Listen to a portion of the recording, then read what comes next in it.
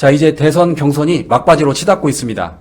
민주당은 이재명 후보가 예상대로 90% 안팎의 높은 득표율로 공천장을 거머쥘 것 같고, 국민의힘은 이제 4강이 정해졌습니다. 최강욱 전 의원님과 함께 하나씩 살펴보도록 하겠습니다. 안녕하십니까? 네, 안녕하세요. 네. 자, 이재명 후보가 공직선거법 재판 때문에 지금 또 고충이 클 텐데, 갑자기 대법원이 전원 합의체 회부를 했습니다. 네. 그래서 당초에는 대법관 4명이 소부에서 할 텐데, 네.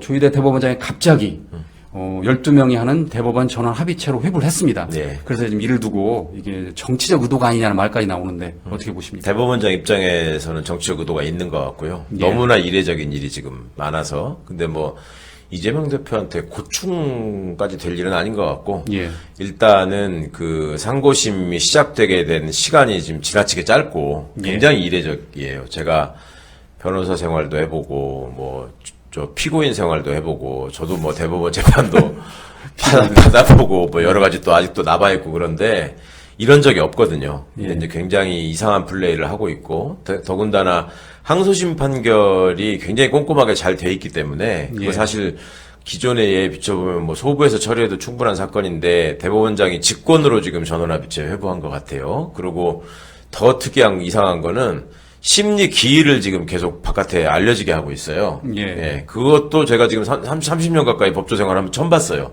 예. 그러니까 그런 일들을 왜 할까? 이게 또 이제 시민들을 불안하게 하고 있는 면이 있는데 결론부터 말씀드리면 그래 봤자 대선이 치러지는 6월 3일 안에 뭔가 이상한 짓을 벌일 수 있는 가능성은 굉장히 낮고, 조희대 대법원장 입장에서는 떨어진 사법 신뢰 와 관련해서 그러니까 헌재와 비교를 늘 하거든요. 근데 헌재는 어쨌거나 국민들을 굉장히 불안하고 스트레스 받게 했다가 상당한 부분을 만회를 하고 박수를 받는 부분까지 생겼는데 대법원은 지금 전혀 그렇지가 않고 그게 어찌 보면 대법원장의 처신에서 비롯된 면이 많이 있거든요. 처음에 계엄령이 선포됐을 때 그때 발언을 했어야 합니다. 왜냐하면 계엄이라고 하는 것은 행정 및 사법 사무를 관장해서 군이 다 개입하게 돼 있단 말이죠. 그러면 사법 사무의 총책임자인 대법원장이 아무 얘기를 하지 않고 그게 넘어갈 일이었냐라는 지적을 제가 지난번에도 드린 바가 있었는데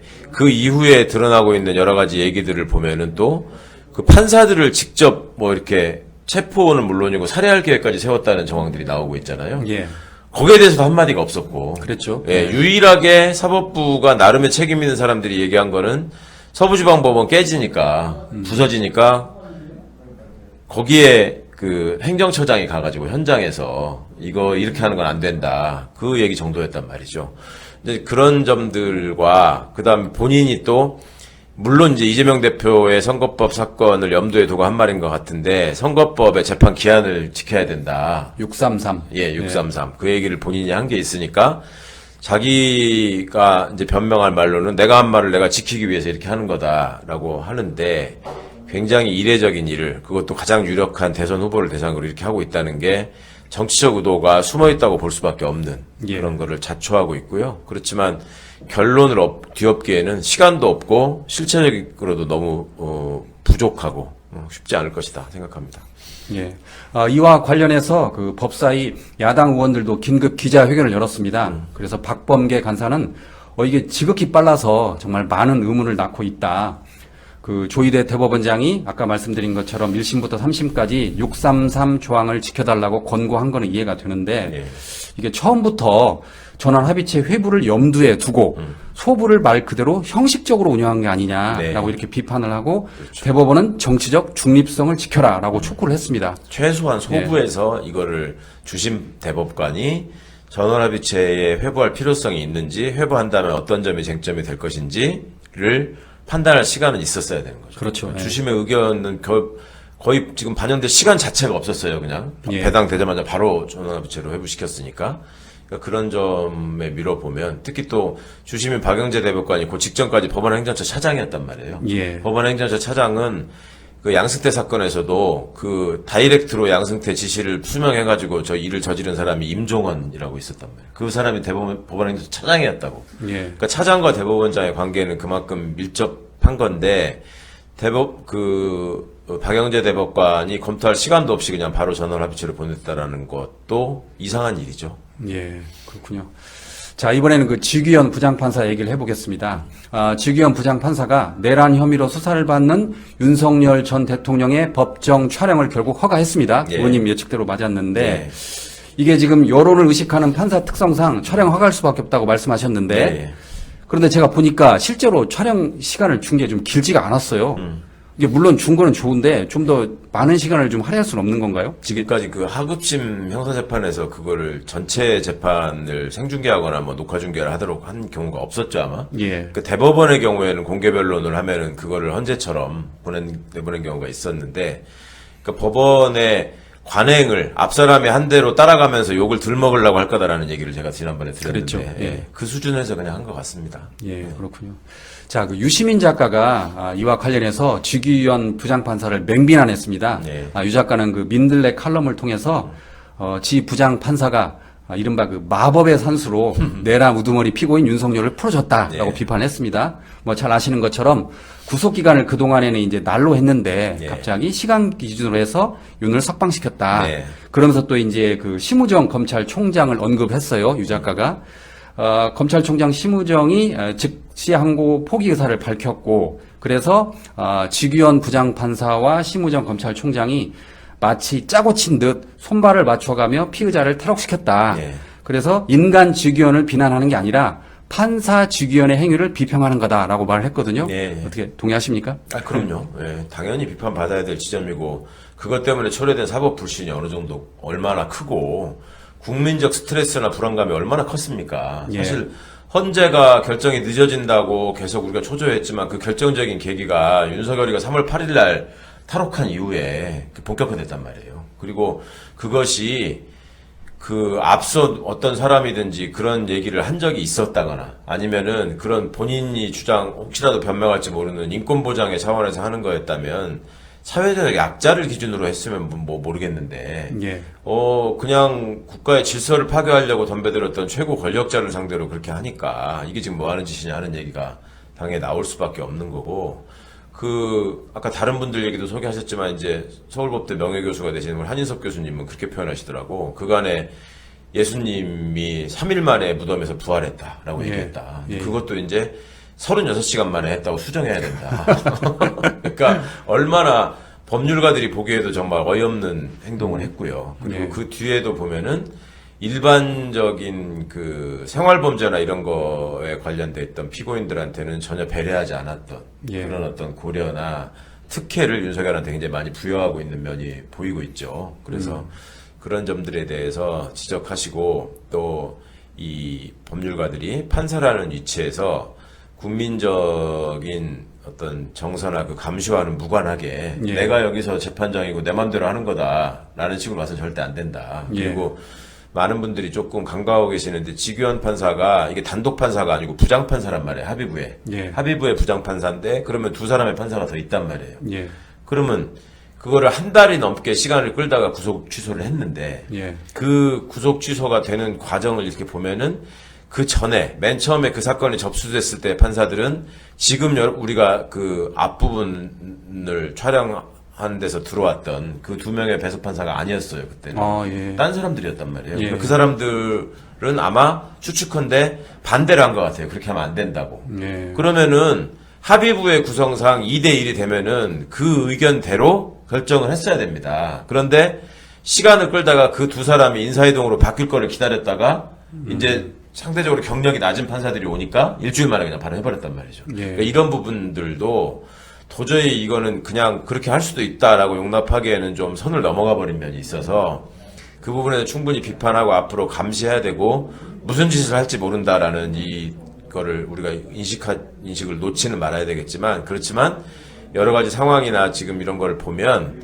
결론에 있어서도 우리가 걱정하는 것처럼, 뭐 지규현이 무죄 선고를 하고, 예. 그다음에 뭐 검찰은 항소를 하지 않고, 예. 그래가지고 뭐 어떻게 할 수 없이 그냥 만들어버리는, 예. 그런 일들을 걱정하시는 분도 많이 계시는데, 그렇게 될 가능성은 높지 않다. 예. 오히려 만약에 이런 식의 어떤 그 직권 구속을 앞으로도 하지 않고 그냥 지규현 부장이 사법신뢰를 저버리는 일종의 특혜를 베푸는 것을 계속 반복한다면, 그거는 법원 수뇌부 입장에서 굉장히 부담스러운 일이라서 조금 지나고 나서 인사이동을 자연스럽게 시키는 방식으로 예. 정리할 가능성이 높아 보입니다. 예.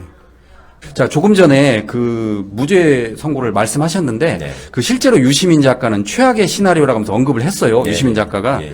그러면서 이제 그 지규현 판사가 무죄를 선고하거나 아니면 공소기각 결정을 내리고 검찰이 항소를 포기해서 무죄를 확정하는 최악의 시나리오가 시민들은 우려된다라고 말씀을 했는데, 예. 이제 우리 의원님은 그런 최악의 시나리오는 발생하지 않을 걸로 본다. 그렇게 말씀하신 거죠? 쉽지 않은 이유가 예. 일단 공소기각 결정을 하게 되면은 그거는 다시 기소하면 그만이에요. 예. 그래서 그거는 뭐 특별히 이 사건과 관련해서 큰 어떤 헌법적 타격을 입힐 가능성은 없고요. 예. 무죄 선고를 하려면 예. 다른 사람들 다 무죄가 돼야 되거든요. 아, 예. 그러면 지금 지규현 재판부가 윤석열 사건만 있는 게 아니라 예. 여타의 그 주요 인물 종사자들도 다 거기 가 있단 말이에요.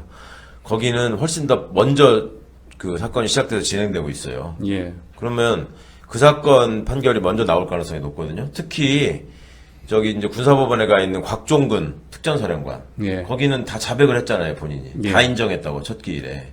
그러면 그 사건 같은 경우에는 더더욱 판결 선고가 빨리 나올 텐데, 그러면 그 밑에서 지시를 받아가지고 시킨 대로 한 사람들은 유죄가 되는데, 그걸 윤석열을 나중에 하면서 무죄를 한다? 이게 거의 불가능한 일이고, 그 다음에 헌재가 상당 부분의 사실관계에 대해서 다 판단을 해놨어요. 지금 우리가 다 귀로 들었잖아요. 그거를 엎어버리고, 헌재가 잘못한 거다, 이거는. 증거가 없다. 이런 식으로 해야 되거든. 그것도 굉장히 어려운 일이고. 그러니까 이렇게 욕먹고 여론의 주목을 받은 상황에서는 다른 사람이 했던 사례, 또 다른 사람의 의견 이런 거에 의탁해가지고 묻어가는 게 가장 안전하다고 생각한다고 제가 말씀드렸잖아요. 예, 예, 예. 그런 상황이 될 거예요. 결국 그만큼 헌법재판소의 그 8대0 전원 일치가 큰 의미를 갖는 거군요. 그럼요. 예. 그 유시민 작가가 조금 이렇게 재밌는 이야기를 했습니다.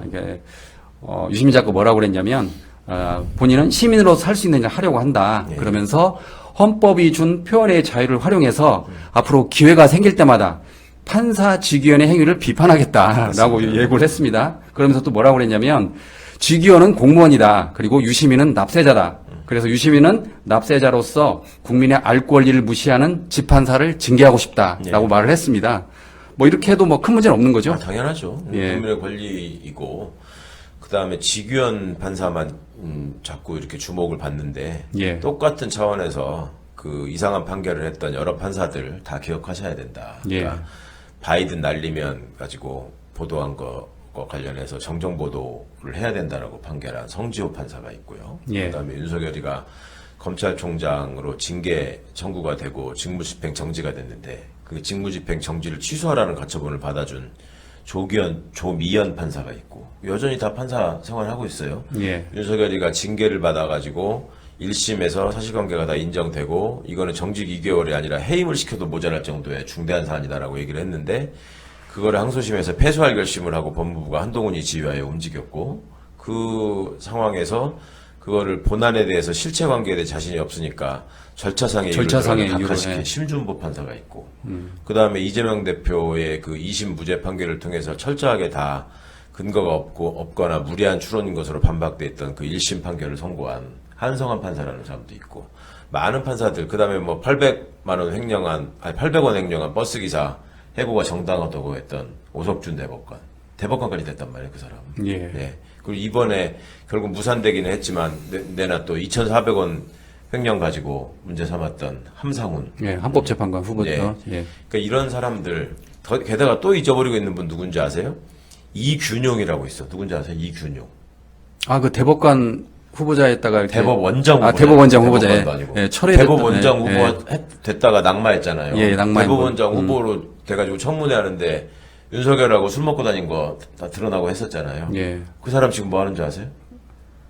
국감- 대법원장으로 지명됐던 사람이야. 예, 예. 근데 낙마했어. 예. 그 다음 대법원장으로 지명돼가지고 된 사람이 조희대예요 지금. 예, 예. 그러면 다른 사람이 대법원장이 됐으면 하물며 회사 사장도 사장에 입후보했다가 안 되면 예. 그만둡니다. 예. 대개의 경우에. 예. 그 사람 뭐 하는지 아세요? 이균용? 들어본 것 같은데. 여전히 재판하고 있어요. 판사야 지금도.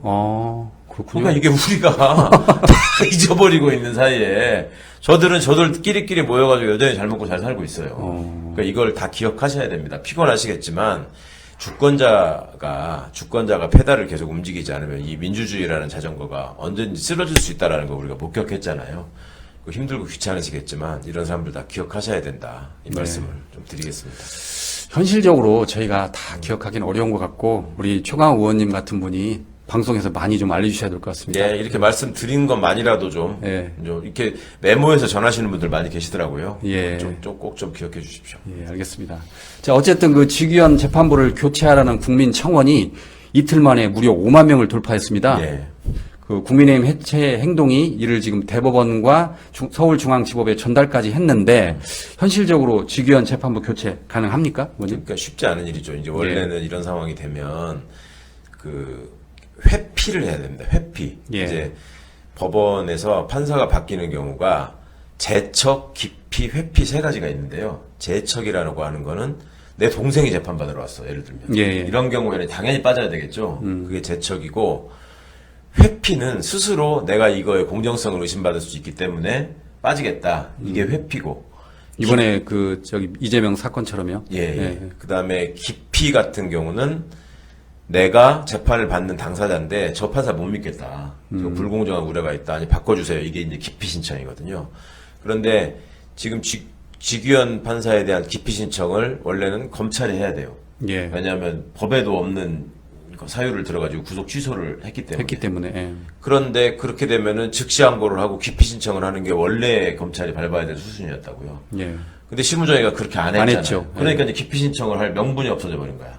그러면 남은 거는 이제 회피밖에 없는 거예요. 회피. 그래서 법원 구성원들은 이 정도 돼서 이 정도 불신을 초래했으면 직위원이 회피하는 게 맞다라고 판사들이 얘기합니다. 그런데 본인이 지금 전혀 회피할 태세가 아니에요.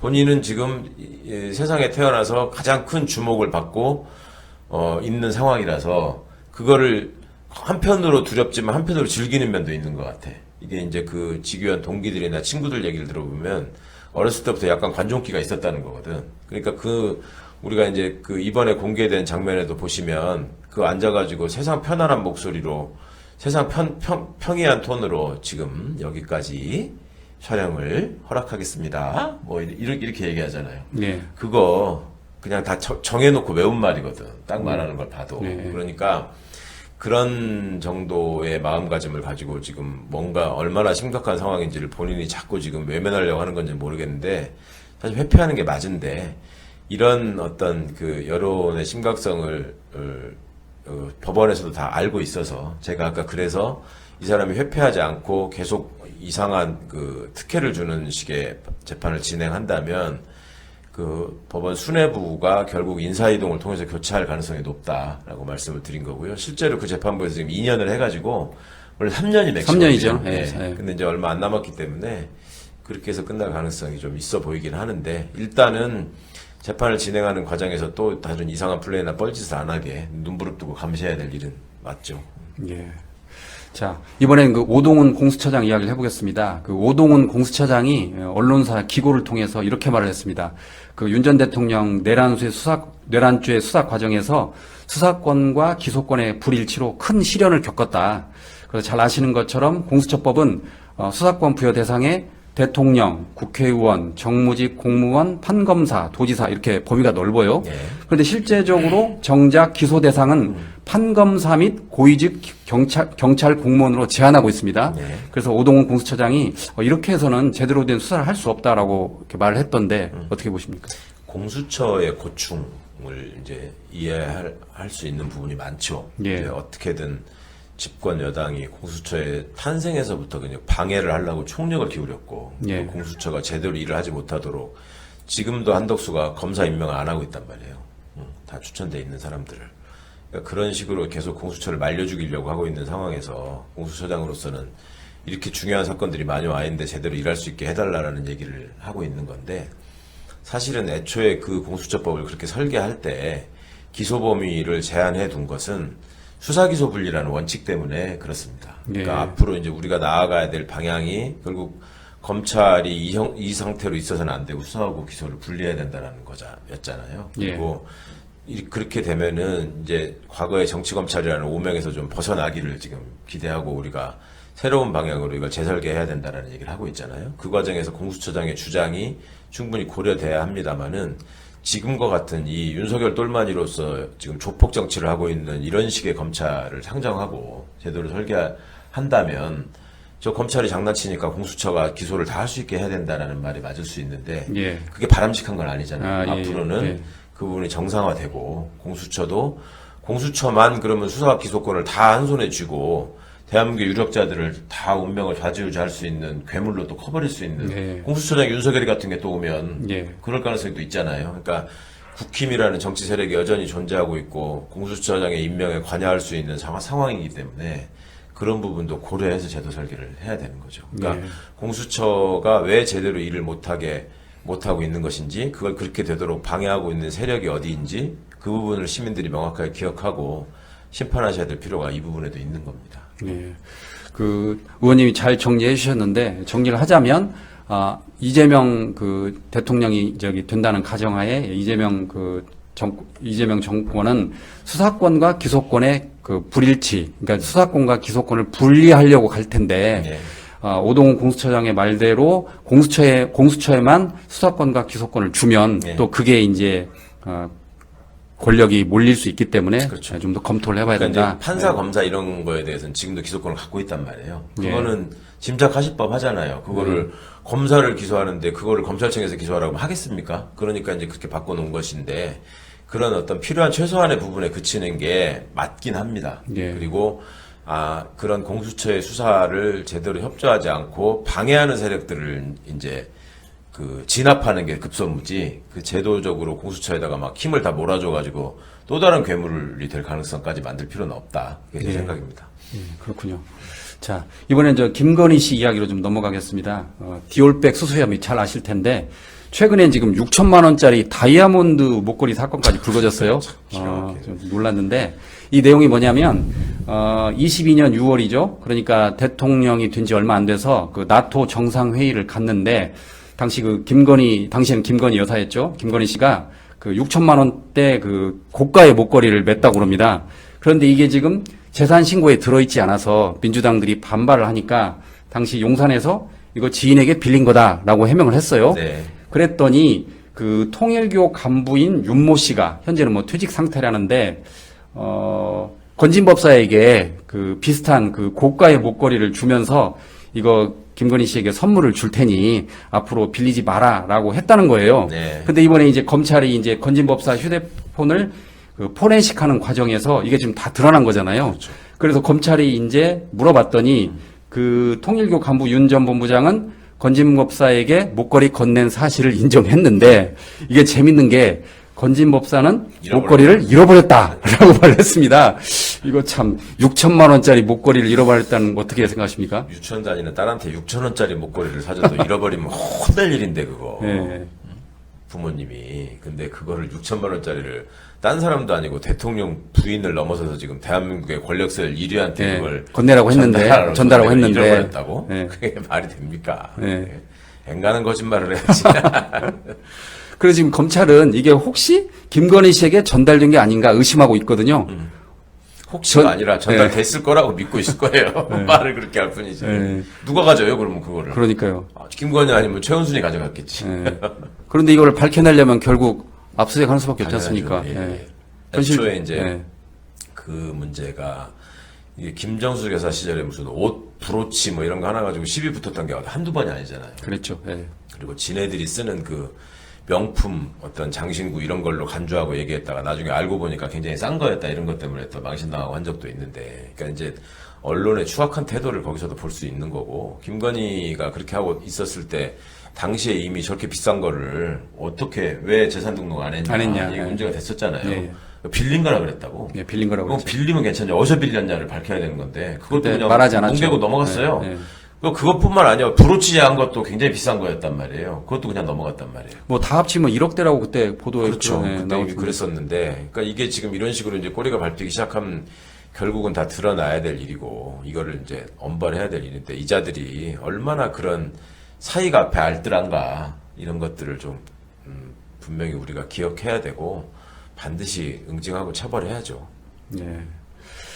자, 그 검찰이 김건희 공천 개입 의혹과 관련해서 그 김상민 전 검사를 조사했다고 합니다. 네. 잘 아시는 것처럼 김건희 씨는 김상민 전 검사가 조국 수사 때 고생이 많았다라고 네. 말을 해서 이렇게 저 김상민 검사가 좀 이렇게 많이 알려졌는데, 이 김상민 검사가 지난해 그 총선에서 예비 후보로 나왔어요. 네. 그런데 그곳이 바로 김영선 전 의원의 지역구인 창원 의창구란 말이죠. 네. 그런데 김건희 씨가 창원 의창구에 이른바 그 김상민 검사를 꽂기 위해서 김영선 전 의원에게 출마 지역구 변경을 종용했다라는 그렇죠. 의혹이 지금 불거졌는데, 검찰이 어쨌든 김상민 전 검사를 부른 만큼 이제 김건희 씨 출석 통보를 하겠죠?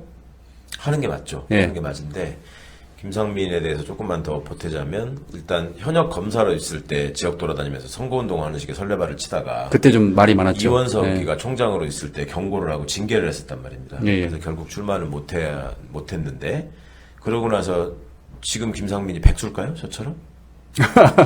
검사는 그때 못하는 걸로 됐었고 예. 지금 뭐 하는지 아세요? 출마하느라고 저기 사퇴했을 거니까 검사는 네. 지금 뭐 하는지 아세요? 변호사? 국정원 기조실장이야. 국정원. 공조가 됐었어요. 그거는 또 얘기 안 하고 김상민이가 전 검사라고만 나오더라고. 그래서 홍정원 씨가 얘기했잖아요. 홍정원 1차장이 지금 그런 사람들 다 국정원에 국정원에 있잖아. 있다고요? 그러니까 국정원장 법률특보로 갔었구나. 기조실장이 법률특보로 있다가 또 기조실장이 됐구나. 근데 하여튼 그런 식인데 이런 자들의 이 커넥션, 이 카르텔, 그리고 김상민이가 제가 조국 장관 사건 수사의 경과를 대부분 다 알고 있는데 그때 김상민이가 그렇게 드러났던 검사가 아니에요. 네. 근데 뭘 가지고 그렇게 열심히 하고 애썼으니까 보답을 해야 된다고 김건희가 했는 건지도 사실은 수사가 돼야 돼요.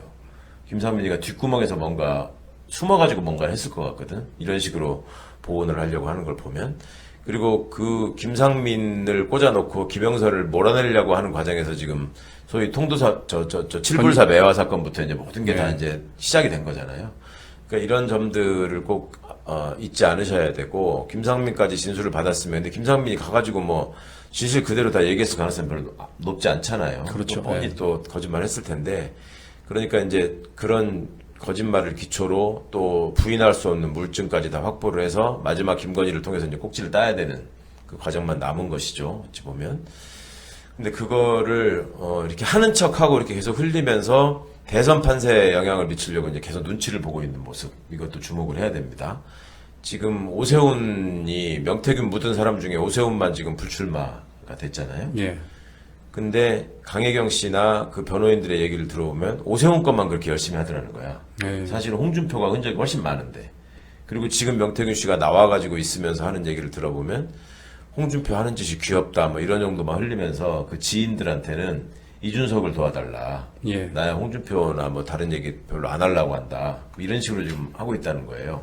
그러면 그런 점들과 관련해서 검찰이 한동훈을 주로 밀기 위해서 대선 경선 과정에 개입할 가능성이 있다라는 것도 염두에 보고 좀 지켜보셔야 될 것 같고, 그런 것과 맞물려서 김건희를 어떻게 다룰 것인가, 이 정치 조직으로 전락한 이 깡패 집단이, 조폭 집단이, 이 부분도 관전 포인트가 될 것 같은데, 당장 뭐 대선 전에 김건희를 소환해가지고 어떻게 하는 거는 대선 과정이 어떻게 진행되느냐에 따라 좌우될 것 같아요. 여론이 그냥 선거에만 쏠려가지고 김건희, 윤석열이 관심이 떨어지면 안 하고 뭉개려고 할 거고, 이쪽 문제들과 연관이 돼가지고 계속 이슈가 되면 마지못해서 하는 꼴이 될 테고, 그렇게 될 것 같습니다. 예. 이번에는 김건희 씨의 모친, 그러니까 윤석열 전 대통령의 장모, 최은순 씨에 대해서 이야기를 해볼 텐데, 네. 그 의원님이 지금 매불쇼에서도 그런 얘기 하셨던데, 네. 요양원 실태가 충격적이다라고 이렇게 서울의 소리가 보도를 했다면서요? 예, 예. 이게 무슨 내용인가요, 구체적으로?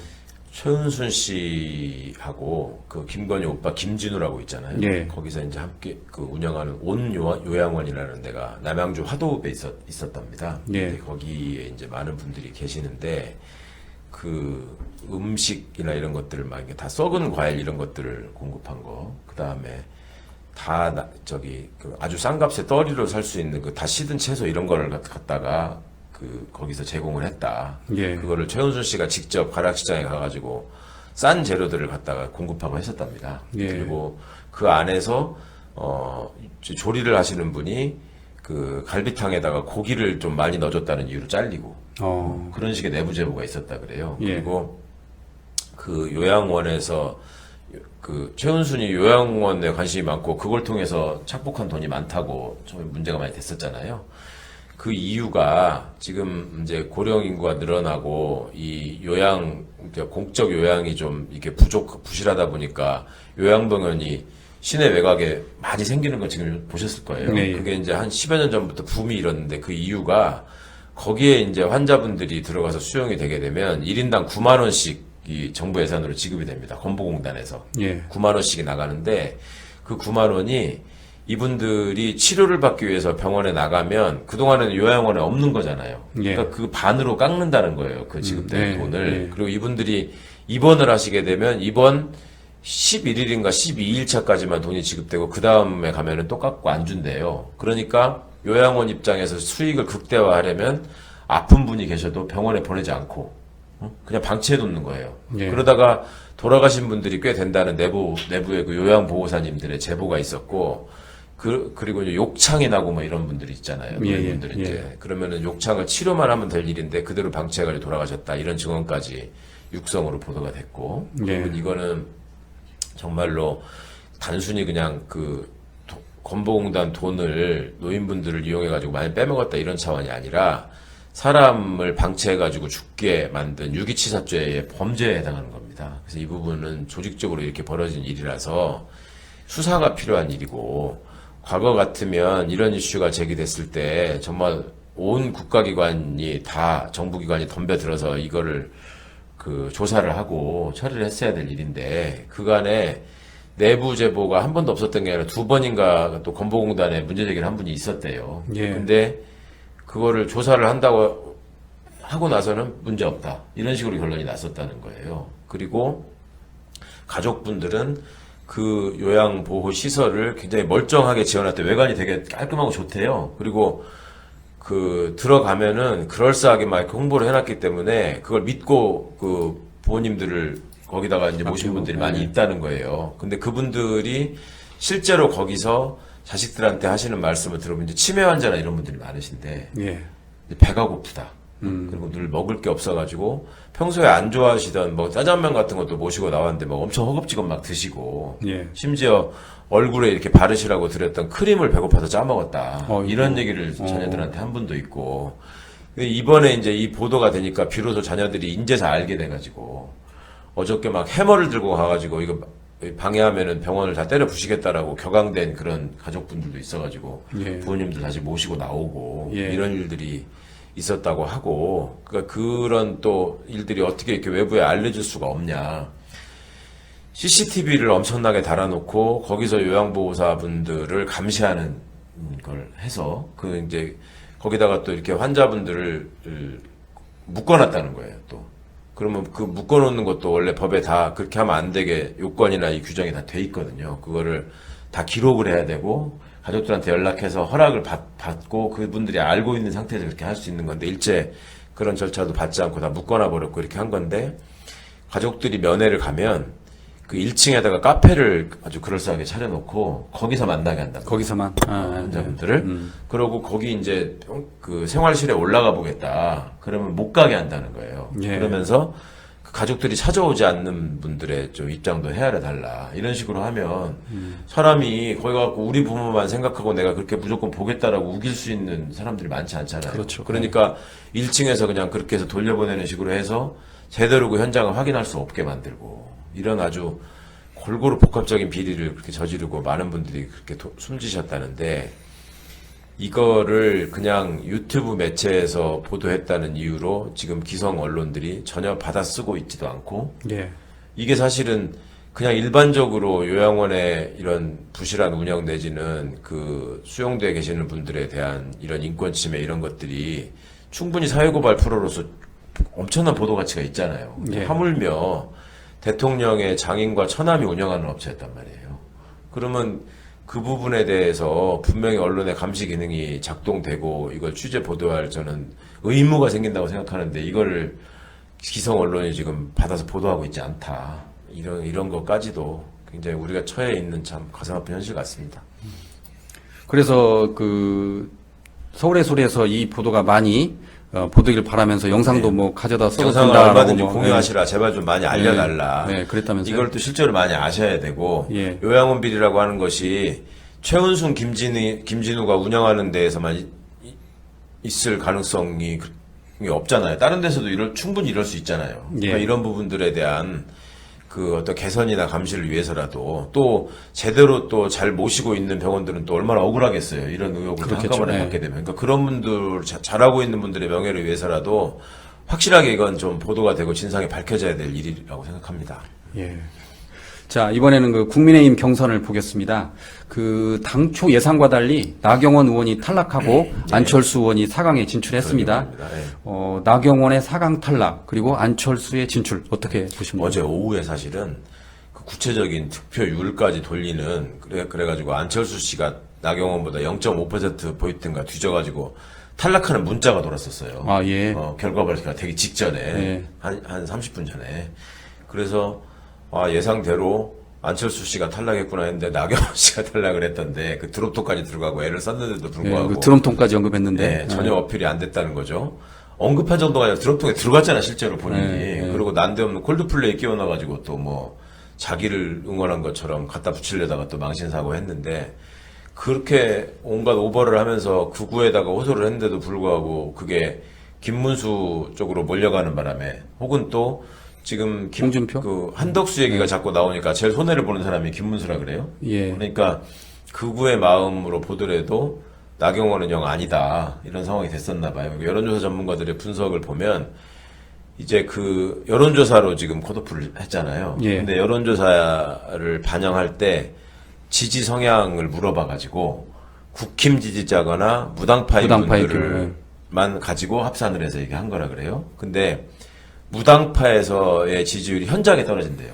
그러니까 국힘 지지자들에서는 그나마 나오는데 무당파에서 지지율이 제일 낮은 게 한동훈이가 1%도 안 되고 0.9가밖에 안 되고 나경원이 1%대 초반 뭐 이런 정도였다는 거예요. 그러니까 그간의 어떤 그 노력도 헛되이게 이렇게 떨어졌고 그리고 앞으로 이제 이게 실제로 정치 생명이 이제 이분은 끝난 것 같습니다. 그러니까 본인이 이제 노렸던 거는 이걸 통해서 자기가 대통령 후보가 된다고까지는 감히 생각을 못했을 것이고 여기서 자기의 존재감을 어느 정도 확인한 다음에 당대표에 도전하거나 아니면 그걸 기반으로 해가지고 서울시장 후보가 되는 거 이걸 노렸을 텐데 이제 다 꿈을 접어야 되는 상황이 되고 이제 그 빠루 사건으로 인한 그 패스트트랙 방해 사건 그 건이 지금 이제 재판이 금년 말에 선고를 하기로 정해놓고 지금 재판이 진행되고 있거든요. 그러면 그 재판이 확정이 되면 그거 되게 엄합니다. 10년간 정치활동이 정지가 돼요. 그러니까 나경원 씨는 이제 거의 끝난 것 같아요. 예. 그런 상황으로. 그렇군요. 그 어쨌든 그 탄핵에 찬성하는 탄찬 2명 그리고 탄핵에 반대하는 반찬 2명. 그래서 이 2대2로 지금 찬탄 반탄 아니야? 찬탄 반탄이군요. 참 제가 한동훈과 안철수 그리고 홍준표와 김문수 이렇게 2대2로 나뉘었는데 이 최종 후보 2명 누구로 예상하십니까? 한동훈, 김문수를 최초에 이제 사람들이 예상했었는데 네. 지금 이제 당원 투표로 마지막이 두 개가 정해진단 말이에요. 예. 그러면 김문수, 홍준표가 될 가능성이 높고 김문수, 홍준표. 네, 최종 승자가 홍준표가 될 가능성이 있어 보인다. 예. 이게 지금 어제의 결과를 놓고 좀 여론조사 전문가들이 이렇게 분석을 하던데 왜냐하면 지금 한덕수가 자꾸 출마 의사를 비치고 있어서 예. 이 국힘 경선에 대한 관심이 확 줄어들고 결국은 거기서 끝나는 게 아니라 이번에 거기서 되는 사람하고 한덕수하고 또 파이널을 하는 거 아니냐라는 단일화. 그런 관측이 또 유력하잖아요. 그렇다 보니까 그 안에서 지금 이제 국힘 의원들의 모습을 보더라도 그 홍준표한테 지금 많이 몰려간다는 거예요. 그리고 네. 한동훈은 워낙 그 배신자 이미지가 커서 그걸 가지고 당원들이 거기에 많이 이제 참여해서 투표를 하는데 그 당원들이 국힘의 당원들이 지금 사실상 극우가 장악을 했다는 거거든. 그럼 그거를 한동훈이 이겨낼 수 있겠냐 예. 이런 관측들을 많이 하시더라고요. 한동훈 탈락하고 홍준표 김문수의 파이널이 벌어지고 홍준표가 이길 것 같다. 현재로서는 그 설이 제일 다수설입니다. 그렇게 되면 그 홍준표 후보는 그 한덕수 국무총리와 단일화는 없다라고 이렇게 말을 했잖아요. 예. 그러면 홍준표 후보가 국민의힘 최종 후보가 되면 예. 한덕수 총리와 이제 단일화를 하지 않겠다고 말을 했으니까 네. 결국 한덕수 후보는 그냥 주저앉을 확률이 크네요. 그러니까 홍준표 씨는 한덕수를 무시하는 거죠. 어차피 지금 뭔가 바람이 들어가지고 무슨 점괘를 부인이 받아와가지고 지금 저렇게 나선 것 같은데 예. 그간에 자기가 봐왔던 그 공직자 출신들이 국힘 같은 데를 등에 업고 하려고 할 적에 어떻게 되는가. 그러니까 윤석열이도 처음에는 그냥 가서 마지막에 단일화 한다고 하다가 국힘에 들어왔단 말이에요. 입당을 했었단 말이에요. 예.